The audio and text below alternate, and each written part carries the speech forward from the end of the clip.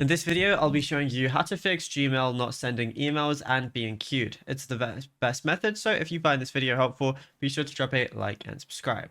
Now, sometimes there is a sync toggle issue that happens, so there is an easy fix for this. So what you want to do is open up your Gmail application. Once you do, go ahead and tap on the menu icon, which is on the top left, and then go over and find settings, which is going to be at the bottom.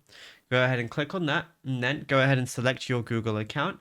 And then scroll down to data usage, and once you find data usage, all you want to do is go ahead and uncheck sync Gmail. So we're just going to go ahead and find that right now, data usage right there, and we're going to uncheck sync Gmail, wait 10 seconds, and then just check sync Gmail again. And as a result, this forces the app to restart its send and receive protocol, which usually pushes queued emails out instantly. Once you do that, you should be good to go. Now, if you found this video helpful, be sure to drop a like and subscribe, and also be sure to check out all our other tutorials that we've been posting on the channel as well, because there is a lot to go through, and you might find something you don't know about yet.